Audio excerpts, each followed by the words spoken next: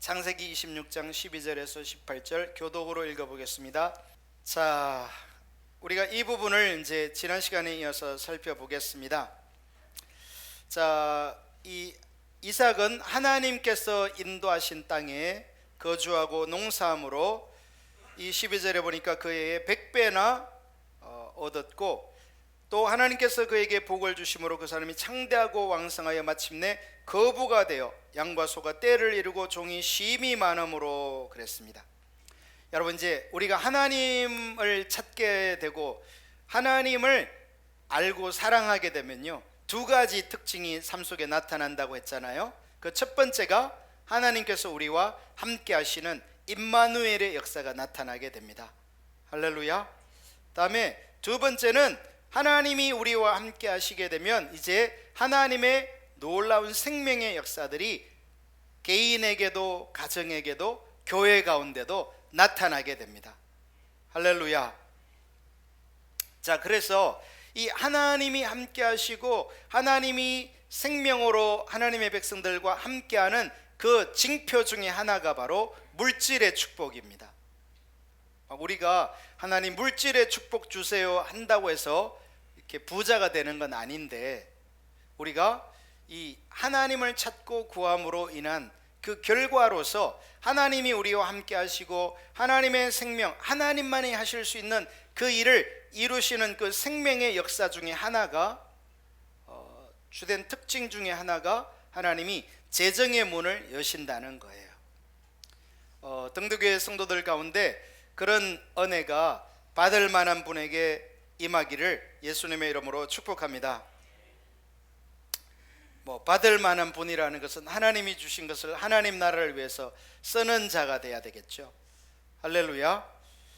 자, 그런 사람에게 이 하나님의 생명으로 재정이 열리게 되는데요. 자, 문제는 이렇게 이삭이 거부가 되고 양과 소가 많고 하게 되니까 블레셋 사람이 그를 시기했다 그랬죠. 그리고는 이제 우리가 지난 시간에 살펴본 것처럼 그 아브라함 때에 아버지가 받던 그 우물들을 블레셋 사람들이 시기하여서 전부 어떻게 해버렸다? 그 우물들을 메꾸어 버렸다는 거예요. 지난주에도 제가 말씀드렸는데, 우리가 이 예수님과 동행하면서 예수님의 생명이 우리의 삶 속에 역사하실 때 우리의 삶에 어떤 문제가 없는 것은 아닙니다. 어떤 시련이 오거나 시험이 찾아오거나 문제가 없는 것은 아니다. 문제는 있는데 뭐 할 수 있게 된다? 그것을 이길 수 있게 되고 극복할 힘이 주어진다. 그렇게 말씀드렸습니다. 이삭의 경우에도 이 하나님과 동행함으로 인해서 놀라운 이 축복을 받게 되고 엄청난 이 물질의 축복을 받게 됐는데, 그 결과 중에 하나로서 이 블레셋 사람들이 이삭을 시기하게 되는, 네가 이렇게 외국인으로서 우리 땅에 들어와 살면서 이렇게 우리보다 잘 살게 되니까 그를 미워하고 시기하는 일이 발생하게 되면서 이제 그 아버지 때 받던 우물들을 메꾸어 버리고, 또 16절에 보니까 아비멜렉이 그 블레셋의 왕이잖아요. 아비멜렉이 이삭에게 이르되 내가 우리보다 크게 강성한즉 우리를 떠나라 라고 하는, 그가 하나님이 축복하셔서 많은 소와 양과 떼를 이루고 거부가 된 그 장소를 떠날 수밖에 없는 그런 위기가 찾아온 거죠. 여러분, 우리가 이 땅에서 문제 없거나 위기가 없는 삶을 추구하는 것은 아닙니다. 할렐루야. 우리가 예수님과 동행해도요, 삶에는 여전히 문제가 있고 여전히 어려움이 있을 수 있어요. 그러나 우리가 믿음으로 살면요, 하나님은 살 길을 여세요. 할렐루야. 하나님께서 모세를 통해서 이스라엘 백성들을 이 애굽에서 건져내서 그들을 홍해 앞에 두시잖아요. 홍해 앞에 장막을 치고 거기에 쉬고 있는데 갑자기 막 말발굽 소리가 들려요. 무슨 소리예요? 애굽의 군대가 자기들이 종으로 삼고 있다가 노아 보내준 그 포로들을 다시 되찾아가려고, 다시 붙잡아가려고 군사를 이끌고 바로가 추격해오는 소리죠.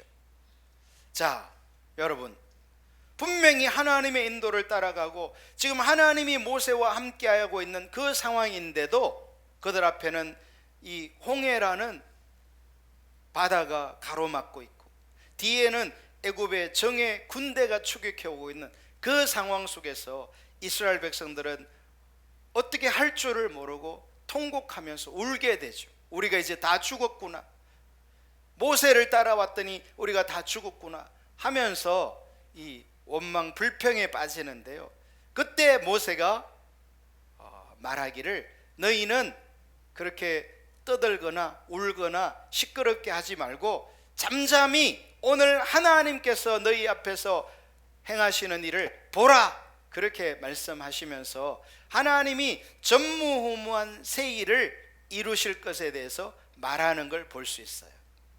여러분, 모세도요 홍해가 갈라지는 건 경험한 적이 없어요. 그런데도 모세가 그렇게 담대하게 자기의 목숨과 가족의 목숨과 이스라엘 민족 전체의 목숨이 달린 상황에서도 모세가 두려워하지 않고 그렇게 선포할 수 있었던 건 왜 그래요? 그가 누구를 경험한 거예요? 자기와 함께 하시는 하나님, 생명으로 역사하시는 하나님을 경험했기 때문에, 그 하나님이 분명히 이리로 이끌어 왔기 때문에 하나님이 역사하실 것을 그가 알고 있었던 거고 하나님을 믿었던 거죠. 할렐루야. 우리 동덕교회 모든 성도 여러분들이 신앙생활을 이와 같이 아름답게 하시기를 예수님의 이름으로 축복합니다. 우리가 이렇게 하나님이 함께 하시고 하나님이 생명으로 역사하시는 이 신앙생활을 하게 되면요, 어떤 위기 문제가 와도 하나님은 그 속에서 생명의 길을 여시는 거예요. 할렐루야. 여러분들이 하나님께서 이렇게 등대 교회 가운데 실질적으로 이런 일을 하시는 것을요, 여러분이 이렇게 동참하시면서 그 삶을 이렇게 몸으로 체득하셔야 돼요. 그게 신앙생활이거든요. 여러분이 그것을 깨닫고 몸으로 이제 알게 되면 여러분의 가정에도 이렇게 하나님이 역사하시게 되고요, 여러분 개인의 삶에도 이 하나님만이 하시는 생명의 역사가 나타나게 되는 것입니다. 할렐루야. 그래서 이 하나님과 동행하는 사람은요, 잠깐 시련과 어려움은 있을 수 있어도 불가능은 없어요. 포기는 없는 거예요. 아멘. 지금 좀 어려움이 있고 지금 좀 방해가 있을지 몰라도 하나님은 하나님의 일을 반드시 이룬다는 사실입니다. 할렐루야. 우리가 믿음으로 지금 가고 있는 이 DCA 다니엘 크리스찬 아카데미만 하더라도 여러분, 우리가 반드시 하나님이 이 학생들을 세우고 하나님의 사람으로 세워가는 것을 목도하게 될 것입니다. 할렐루야. 이미 지난 이 기간 동안에도 하나님이 하신 일 그것만 해도 아름다워요. 제가 보기에는 우리는 지난 것들은 다 잊어버리기 때문에 우리 여러분 자녀들이 원래 그 모습인 것으로 생각하기 쉽지만 전혀 그게 아니에요. 이미 부으신 은혜만 해도 하나님이 너무나 놀라운 일을 행하셨다는 거고요, 그리고 앞으로 더 크고 놀라운 역사들이 기다리고 있는 줄로 믿습니다. 자, 그래서 이 하나님이 함께 하셔도요, 위기는 찾아올 수 있다는 거예요. 삶에 끊임없는 이런 파도처럼 위기는 다가옵니다. 그런데 우리가 이 주님을 바라보고 주님을 구하면 하나님은 우리를 생명의 길로 인도해 가십니다. 할렐루야. 동덕교회 모든 성도 여러분들에게 하나님이 함께 하시기를 예수님의 이름으로 축복합니다. 하나님이 생명으로 역사하시기를 예수님의 이름으로 축복합니다. 할렐루야. 자, 그러나 말씀드린 것처럼 지금 위기가 다가온 거예요. 그래서 블레셋 사람들의 시기 질투로 인해서 우물을 메꾸어버리고, 여러분, 우물이 흙으로 메꾸어졌다는 것은요, 지금 하나님이 축복해서 양과 소가 쉼이 많아졌는데 이 양과 소는요 이렇게 물을 안 먹고 무슨 낙타처럼 며칠을 가는 그런 짐승이 아니에요. 하루라도 이렇게 물을 안 먹이면 견디지 못하는 게 이 짐승이잖아요.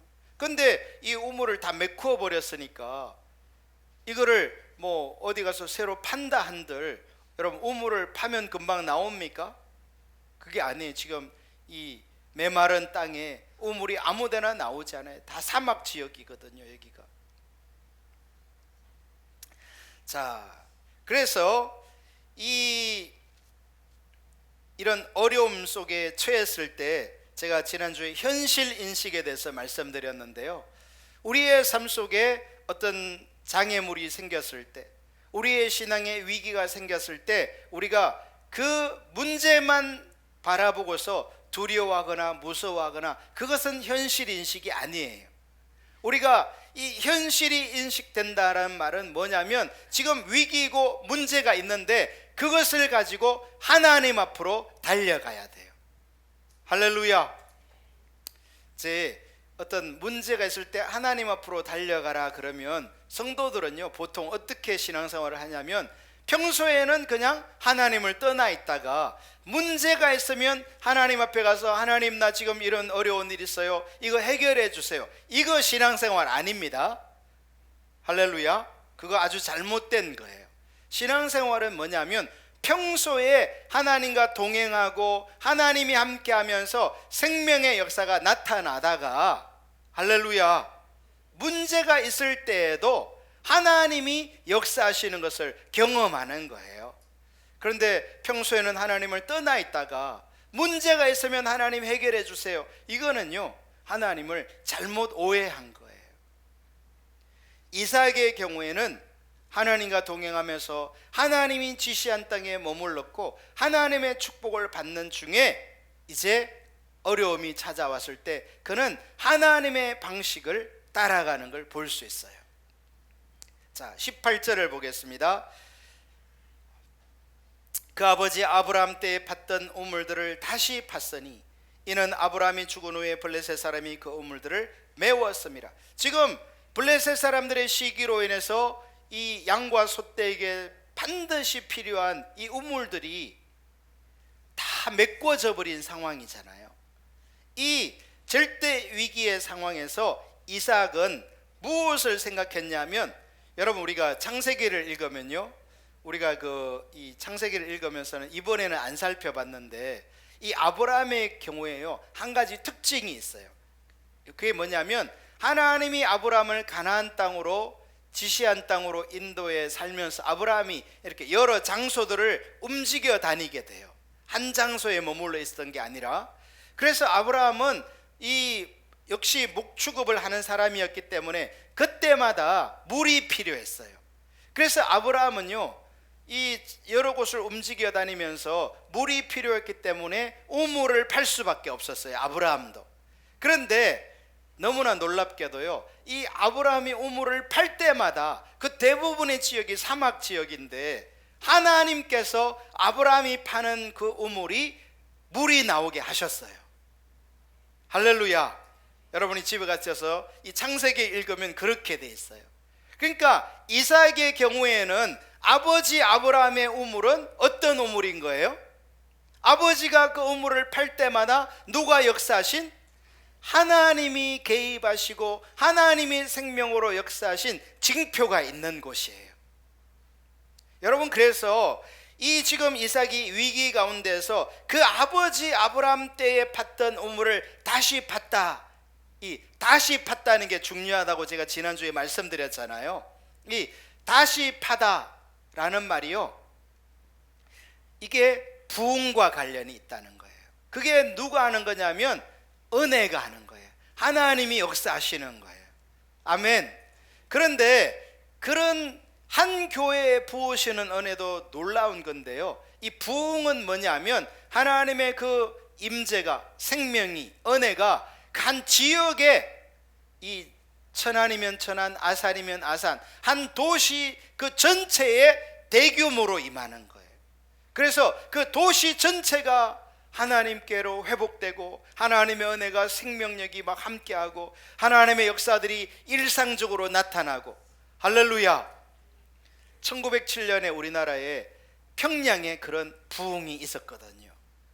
지금 이제 100년이 좀 지났는데 여러분, 이 부흥이 대개 이 기독교 역사상 100년 주기로 부흥이 임했어요. 여러분, 다시 한번 등대교회의 이 도시에, 천안과 아산에 강력한 주님으로 말미암는 부흥이 임하기를 예수님의 이름으로 축복합니다. 그래서 중요한 것은요, 이 이삭이 그런 우물이 막혀버리는 위기가 찾아왔을 때 그가 막 우왕좌왕하면서 막 어디에 우물이 나올까 하고 자기 생각대로 어떤 누구의 조언을 받아서 그렇게 행동하지 않고, 그는 아버지가 하나님과 동행하면서 믿음으로 살았던 그 방식으로 돌아갔다는 거예요. 할렐루야. 우리 동대교회 성도 여러분들도 하나님이 내가 믿음으로 살았을 때, 하나님이 나에게, 우리 가정에, 우리 동대교회 가운데 가장 은혜를 붓던 그 믿음의 자리로 돌아가야 할 줄로 믿습니다. 다시 말해 하나님께로 돌이키는 거예요. 인격체 살아계신 하나님을 알기를 추구하고 그분을 사랑하는 자리로 돌이키게 되면 하나님은 다시 한번 부흥으로, 놀라운 은혜로 임하게 될 줄로 믿습니다. 여러분이 여러분 개인의 어떤 문제로 인해서 염려하고 근심하고, 자녀로 인해서 염려하고 근심하고, 재정적으로 염려하고 근심해도요, 문제가 해결이 안 됩니다. 염려하고 근심해서 문제가 해결되면 다 염려하고 근심해서 문제 해결 받죠. 근데 그게 아니에요. 우리가 이 하나님께로 돌아가서 하나님이 문제 해결의 근원이시다, 모든 처방이 하나님께 있다, 하나님이 말씀하는 것이 우리의 삶의 최선이다 라는 것을 깨달으셔야 돼요. 할렐루야. 만약에 하나님께서 저를 아프리카로 가라고 하면요, 그게 최선이에요.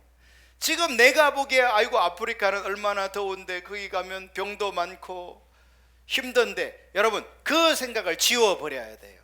하나님께서 이끄는 그곳이 최선인 것을 깨닫기를 예수님의 이름으로 축복합니다. 그게 바로 하나님 중심의 삶이에요. 그런데 우리가 신앙생활을 하면서요, 우리 하나님의 백성들은 하나님 중심의 생각만 하는 게 아니에요. 원수마귀는 우리로 하여금 자기 중심적인 생각, 즉 내가 보기에 더 좋은 길, 내가 보기에 나에게 더 유리할 것 같은 그 길을 가도록 유혹하는 거예요. 사랑하는 우리 동대교회 성도 여러분들은 철저히 하나님 중심의 삶을 배우시기를 예수님의 이름으로 축복합니다. 제가 보면 우리 청년들, 대학생들, 또 청소년들이 막 이성교제 하고 싶어가지고 얼마나 관심이 많겠어요. 사실 자연스러운 현상이죠. 그런데 여러분들이 이성교제나 이런 연애를 하기 전에 반드시 배워야 될 게 하나님 중심의 삶을 배우셔야 돼요. 나는 하나님의 뜻대로 살겠다, 하나님이 나를 이끄는 대로 순종하며 살겠다, 이것을 안 배우면요, 여러분이 연애에도 꽝이고, 그 연애가 결실을 맺어서 결혼해도요 고난만 기다리고 있게 돼요. 결혼은 반드시 이 하나님 중심의 삶을 배워야 거기에서 하나님이 함께 하시고 하나님의 생명이 나타나는 거예요. 할렐루야. 그래서 이 하나님 중심의 삶을 철저히 배우기를 예수님의 이름으로 축복합니다. 이삭은 그 아버지가 팠던 우물, 하나님이 역사하셔서 물이 나오게 한 그 우물로 돌아간 거예요. 여러분, 기독교 역사에는 시기마다 부흥이 임했던 때가 있어요. 기독교 2000년 역사에는 평소에 일상적으로 부흥이 온 게 아니라, 평소에는 이 심령들이 메말라 있다가 막 삶에 하나님이 역사하지 않아서 이 물이 없는 것처럼 갈급해 있다가 부흥이 임하면서 이 하나님의 백성들이 하나님께로 돌이키게 되는 게 기독교 역사가 말해주는 거거든요. 그러면 언제 이런 부흥이 왔냐는 거예요. 여러분, 기독교 역사 2000년 역사가 알려주는 건 뭐냐면, 부흥은 위기의 때에 왔어요. 부흥은 언제나 하나님의 백성들이 하나님께 무관심하고 교회를 떠나고 믿음은 사라지고 이제 머지않아서 교회는 문 닫겠다 이런 지경이 됐을 때요, 하나님이 오셔서 이 신앙을 완전히 회복시키는 일을 역사가 증명하는 거예요. 할렐루야. 그렇기 때문에요, 지금 이 한국교회가 겪는 위기, 문제는요, 하나님이 부흥으로 오기 위한 어떻게 보면 전초 조건이라고 말할 수 있어요. 최적화된 조건이죠. 사람은요, 주변 사람의 영향을 받아요. 내 주변 사람들이 다 믿음으로 살고 다 하나님 중심으로 살고 주님이 말씀하시면 순종하는 삶을 살면 나도 그냥 그게 따라가는 거예요.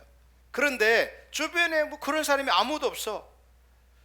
믿음으로 사는 사람, 믿음이 뭔지도 몰라. 하나님과 동행하고 하나님을 아는 거, 하나님을 사랑하는 거 들어본 적도 없어. 그렇게 되면요, 여러분의 믿음도 자연적으로 그런 믿음 없는 사람을 비슷하게 따라가는 거예요.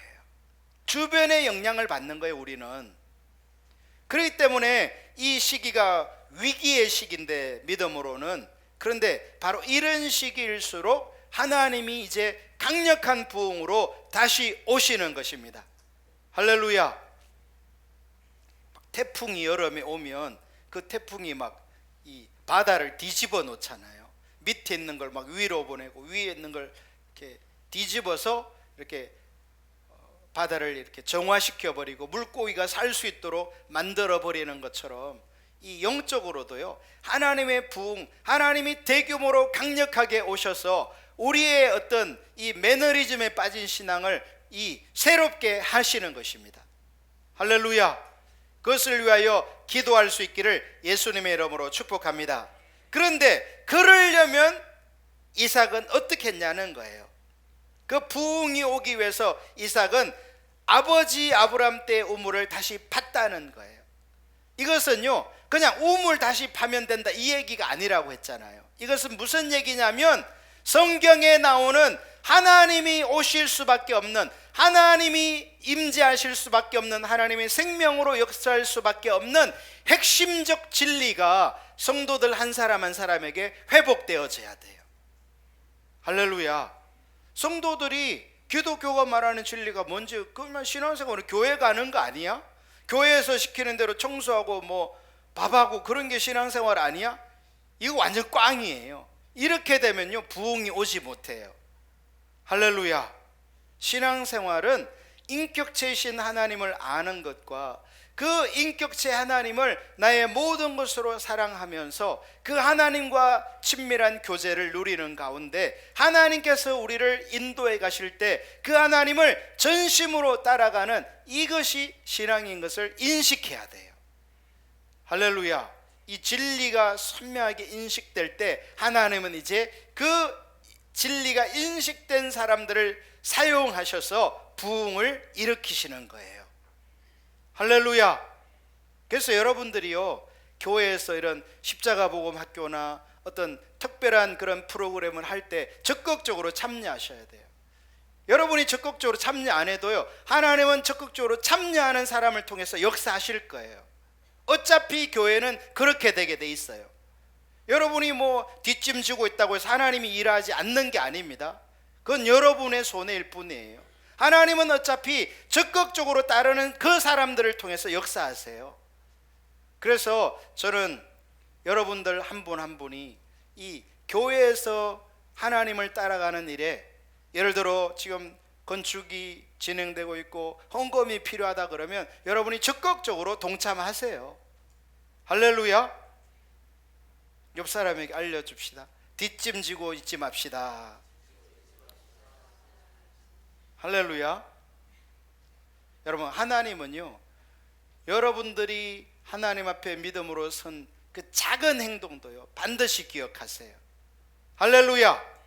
그러나 내가 계산하고 따지고 나의 유익된 일만 생각하고 그렇게 가면요, 하나님도 좋아, 그러면 나도 너에게 계산적으로 할게. 여러분, 하나님이 우리에게 계산적으로 나오면 피곤해요. 하나님은 우리가 은혜로 살아가고 있는데 모든 것이 다 은혜고 숨쉬는 것도 은혜고, 하나님이 우리에게 은혜를 베푸실 때 은혜 앞에 반응하시기를 예수님의 이름으로 축복합니다. 자, 그래서 이 아브라함의 우물을 팠다는 것은 무엇을 말하냐면 성경이 가르쳐주는 신앙생활의 가장 핵심적이고 중추적인 그 진리의 자리로 우리가 돌아가는 것을 말해요. 우리의 삶에 이 복음이 회복되는 것을 의미하는 거예요. 할렐루야. 여러분, 등대교회에 이 한 분 한 분, 성도님 한 분 한 분이 이 진리가 회복되지 않고 그냥 여러분이 하고 싶은 대로 신앙생활하면서 주일날 그냥 교회는 한번 나오는 식으로 이렇게 하면요, 그때는 부흥은 아무 소망이 없어요. 하나님이 언제 부흥으로 오시는가? 여러분 보세요. 가장 대표적인 예가 뭐냐면 루트가 종교개혁을 일으킨 지 500년이 됐잖아요. 지금 501년째예요. 올해가. 작년이 500년. 그 루트가 종교개혁을 일으키면서 루트가 주장한 게 뭐예요? 구원은 어떻게 받는다? 오직 믿음으로 구원을 얻는다. 여러분, 이게 성경이 가르쳐주는 핵심적 진리잖아요. 그러면 501년 전 사람들은 어떻게 믿었던 거예요? 구원을 받으려면 어떻게 해야 된다? 면죄부를 사면 된다, 이렇게 생각했어요. 그래서 돈을 주고 면죄부를 사야 되는데 그 돈의 양이 채워져야 되니까 지금 얼마 안 주고 산 그 면죄부로는 당신의 친척들, 형제들, 부모들이 지옥에서부터 연옥으로 1년, 10년, 20년 아직도 많이 가야 돼. 돈을 엄청 주고 더 사야 되는 거예요. 이런 식으로 가르쳤단 말이에요. 전부 다 그렇게 알고 있었어요. 그런데 루트가 성경을 읽어보니까 구원은 이게 아니잖아. 구원은 어떻게 받는 거예요? 믿음으로, 오직 예수 그리스도를 믿음으로 구원 얻는 진리를 깨닫고 그 진리를 얘기하게 될 때에 그 진리가 회복되면서 부흥이 온 거예요. 여러분, 마찬가지로 지금도 똑같아요. 우리의 이 생각 속에 내가 좀 사람인데 자기중심적으로 살면 어때? 자기중심적이지 않은 사람이 누가 있나? 다 그렇게 사는 거지. 이렇게 생각하면서 이 하나님 중심으로 전환이 안 되면요, 하나님의 부흥은 올 수가 없어요. 인간이 자기중심적이지만 그러나 내가 성경이 가르쳐주는 신앙생활이 하나님 중심적인 것을 인식하고 거리로 돌아가게 될 때에 개인도 회복되고, 할렐루야, 가정도 회복되고 교회도 회복되는 거예요.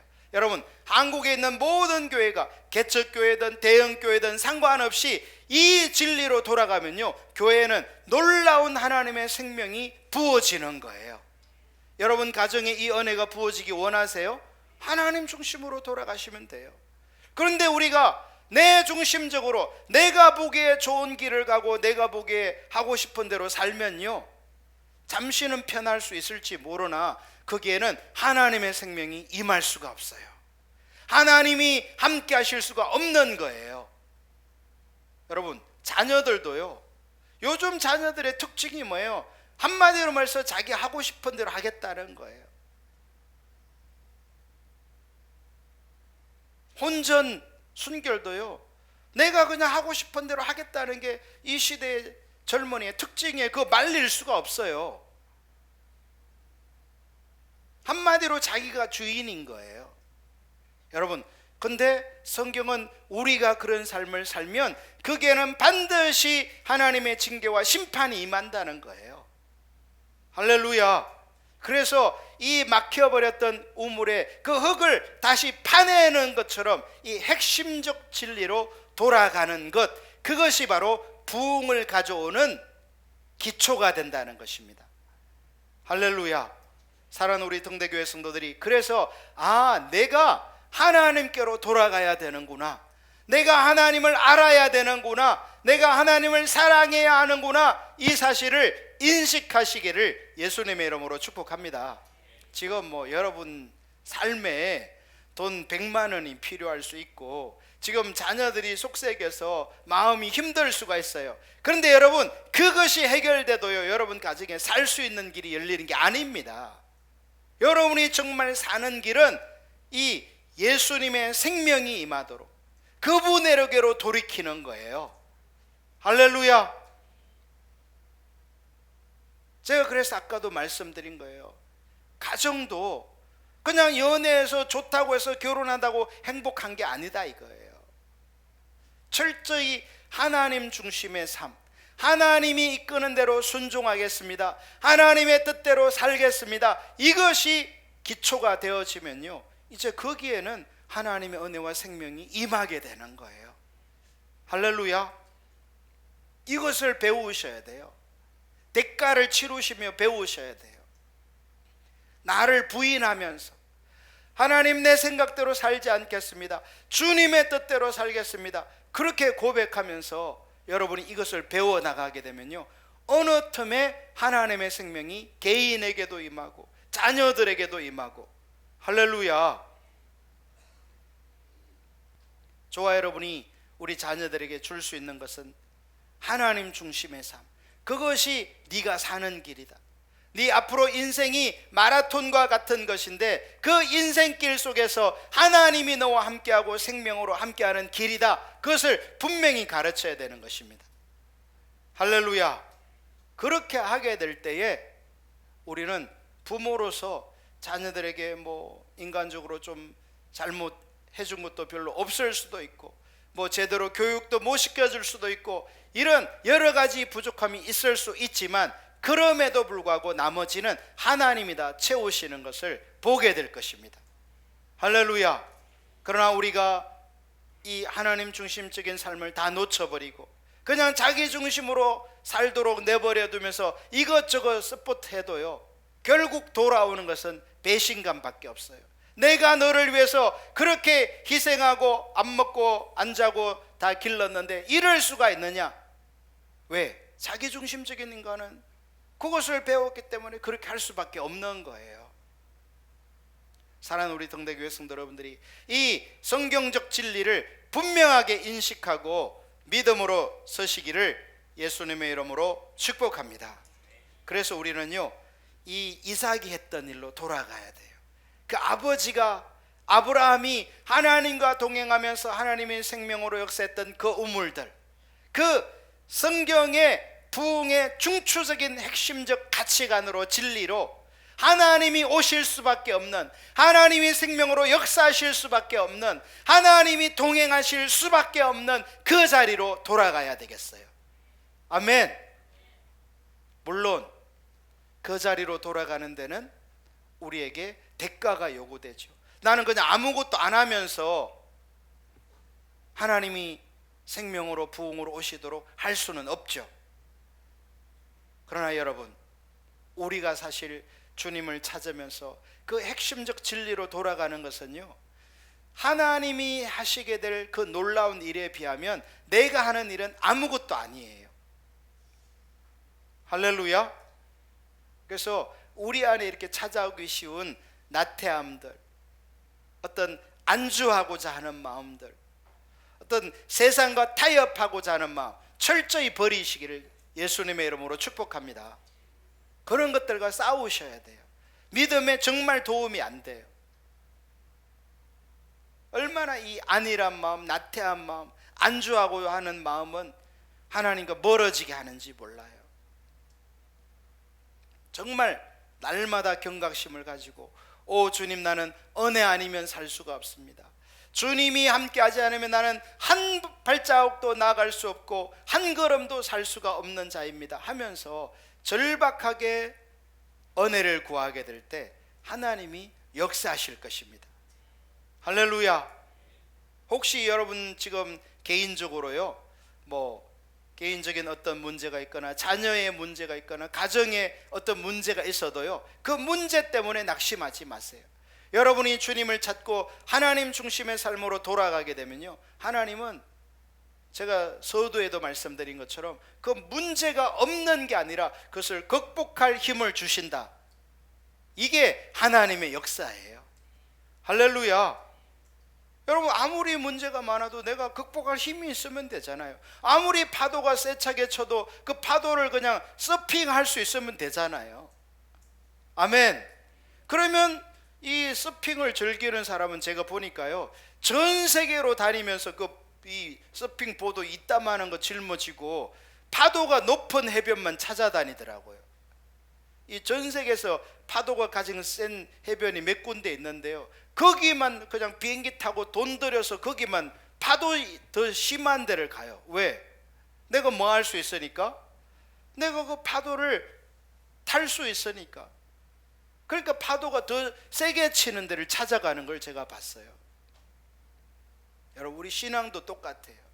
우리 신앙생활도 우리가 하나님과 동행하면서 하나님 중심의 삶을 배우게 되면요, 삶 속에 일어나는 크고 작은 문제들을 인해서 낙심하고 좌절하고 포기하고 심지어는 자살하고 이러는 게 아니라 그 문제들을 능히 극복하고 믿음으로 살아가서 하나님이 함께 하시고 생명으로 역사하시고 뒷받침하는 놀라운 은혜들을 경험하게 되는 것입니다.